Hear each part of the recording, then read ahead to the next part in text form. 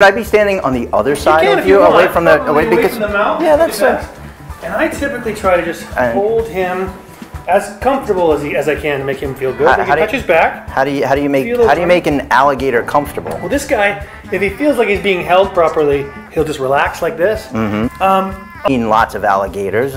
What is Curly like to eat? Curly will eat pretty much, once again, anything that gets close enough to those jaws. So now let's just put our hands back here. So he sort of sits in wait. You know, he's got that dark back. That dark back is because he's usually in dark water, right? And he's going to sit in dark water, just put that nose and those eyes above the water, and the rest of it's going to hide underwater. Just sit there and wait. And anything that comes in striking distance, if it looks like it's the right size, Curly will grab it. You know, one big could Curly eventually get? I mean, this is a baby. This is a little baby, right? This is a little guy. So he's sort of in the teenage years, this size. And so he's trouble right there. Yeah, he's trouble. He's trouble. He's a good trouble, but he could be trouble. They can get to be 16 feet, 800 pounds. You know, they get big, big, big. I'm certainly not going to hold Curly at a full-grown state. I would hope not. How much else? So I mean, that's a predator. His web foot. I mean, this is probably the only chance you're going to get to hold a predator's foot like this, an alligator's foot. You grab it, hold it up. See, this guy's a great swimmer. So when this guy gets in the water, he uses those feet to propel him, and this big tail. This arm, you see how it just tucks nicely up against his belly, and then they wiggle like that. So he's got that good streamline action. Yeah, that's how they work. Watch your tail on the back. You think alligators get a bad rap? They do. Any animal that sort of looks, that doesn't have the cuddly face. You know, you find we have that instant, what's going on?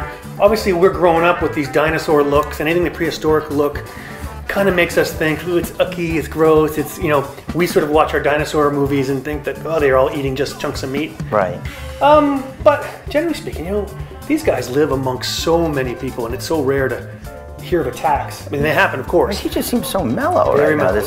Animals, you know, it's one of our general missions why we do things like this. We try and teach kids and adults of all ages that, hey, most animals don't want to hurt you. But this is Dave Salmoni. He was here today to talk to us about Monster Week on Animal Planet, and I'm a big fan, and I want to say thank you for bringing all the animals. And an old friend. We've been friends for so many years. I know. Thanks for having me on. Anytime.